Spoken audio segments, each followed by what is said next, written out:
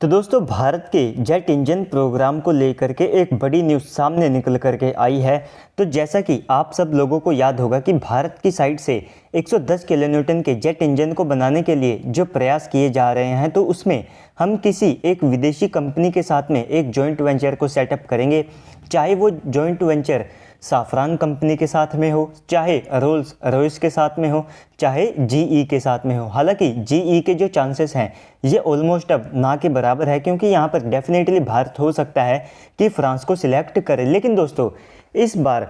France की side से भारत के इसी जेट इंजन प्रोग्राम को लेकर के जिस प्रकार का ऑफर सामने निकल करके आया है, तो इससे ना केवल दोनों देशों के लिए विन विन सिचुएशन होगी, बल्कि आने वाले समय में अगर इसके ऊपर काम किया जाता है और भारत की साइड से सहमति जताई जाती है, तो ये भारत के लिए भी एक काफ़ी ज़्यादा बड़ी जीत होगी, क्योंकि इसके बाद में हम राफेल फाइटर जेट के अंदर भी लॉन्ग टर्म में Su-30 MKI जैसा स्वदेशीकरण कर पाएंगे। तो दोस्तों यहाँ पर क्या न्यूज़ सामने निकल करके आई है उसके बारे में जानेंगे। लेकिन दोस्तों वीडियो को शुरू करने से पहले आप सभी लोग वीडियो को लाइक करके कमेंट सेक्शन में जा करके जय हिंद कमेंट कर दीजिएगा। तो दोस्तों फ्रांस की जो साफरान कंपनी है, तो इन्होंने पहले से भारत को एक अच्छा जेट इंजन का जो पैकेज है वो ऑफर कर रखा है, जिसमें ये भारत को अब जो IP राइट्स हैं वे भी देने के लिए तैयार है, जिससे कि भारत को किसी भी प्रकार के आने वाले समय में अगर चेंजेस करने हैं तो उसके लिए हमको फ्रांस की जो परमिशन है उसकी आवश्यकता नहीं पड़ेगी। अगर हमको इस जेट इंजन का कोई नया वेरिएंट बनाना है तो वहाँ पर भी हमको किसी भी प्रकार की जो बाधा है उसका सामना नहीं करना पड़ेगा। इसके बाद में ये 100% जो TOT है उसको भारत के साथ में शेयर करने के लिए तैयार है कि कैसे एक जेट इंजन को तैयार किया जाता है। तो उससे रिलेटेड जितनी भी टेक्नोलॉजी है ये भारत के साथ में शेयर करेंगे, जिससे कि आने वाले समय में भारत किसी भी और कंट्री के ऊपर जेट इंजन को लेकर के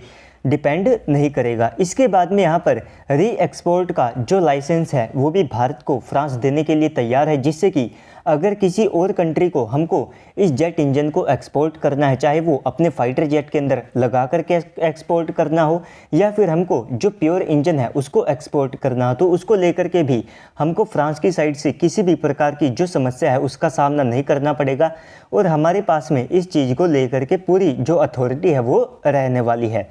लेकिन दोस्तों इसके बाद में अब फ्रांस की साइड से ऑफर ये दिया गया है कि अगर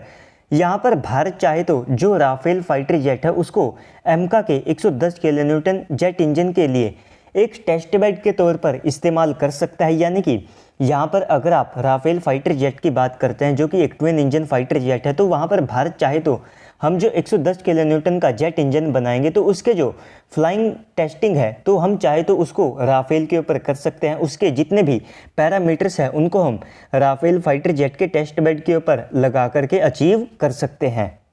तो ये दोनों ही देशों के लिए काफ़ी ज़्यादा इम्पोर्टेंट और साथ में एक विन विन सिचुएशन वाली बात हो जाती है, क्योंकि सबसे पहले तो भारत को अपने जेट इंजन को टेस्ट करने के लिए एक प्लेटफॉर्म मिल जाएगा जिसका इस्तेमाल हम अपने जेट इंजन की टेस्टिंग के लिए कर पाएंगे। इसके बाद में अगर भारत यहाँ पर इस जेट इंजन को राफेल के ऊपर सफलतापूर्वक टेस्ट कर लेता है और सारे जो पैरामीटर्स हैं उनको अचीव कर लिया जाता है, तो इसके बाद में आने वाले समय में जैसा कि भारत के द्वारा और ज़्यादा राफेल फाइटर जेट को खरीदा जाएगा और हमको ये खरीदने भी पड़ेंगे अगर हमको अपनी स्क्वाड्रन स्ट्रेंथ को मेंटेन करना है। तो ऐसे में हमारे सामने एक और ऑप्शन ये खुल जाएगा कि राफेल के अंदर हम M88 इंजन के बजाय अपने जो खुद के 110 किलो न्यूटन के जेट इंजन्स हैं इनका इस्तेमाल कर पाएंगे, जिससे कि ओवरऑल जो पावर है वो और ज़्यादा बढ़ जाएगी। इसकी जो थ्रस्ट है वो भी लगभग 110 किलो न्यूटन के आसपास की हो जाएगी। अभी के लिए राफेल का सिंगल इंजन 75 किलो न्यूटन के आसपास की जो थ्रस्ट है उसको जनरेट करके देता है।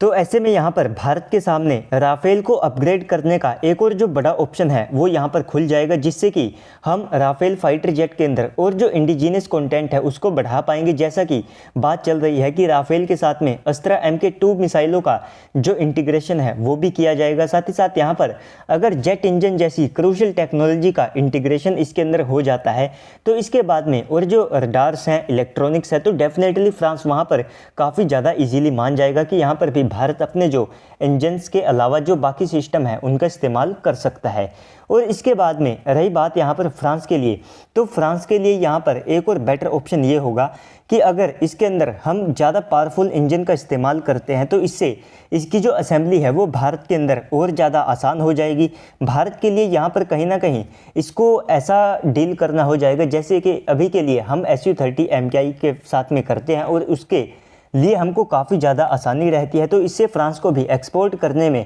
और जो ज़्यादा आसानी है वो भारत को रहने वाली है। तो दोस्तों ओवरऑल इस पूरी वीडियो के बाद में अब आप सबको क्या लगता है कमेंट सेक्शन में बताइएगा। वीडियो को लाइक करके चैनल को भी सब्सक्राइब कर दीजिएगा। तो चलिए दोस्तों मिलते हैं अगली वीडियो में, तब तक के लिए गुड बाय, जय हिंद।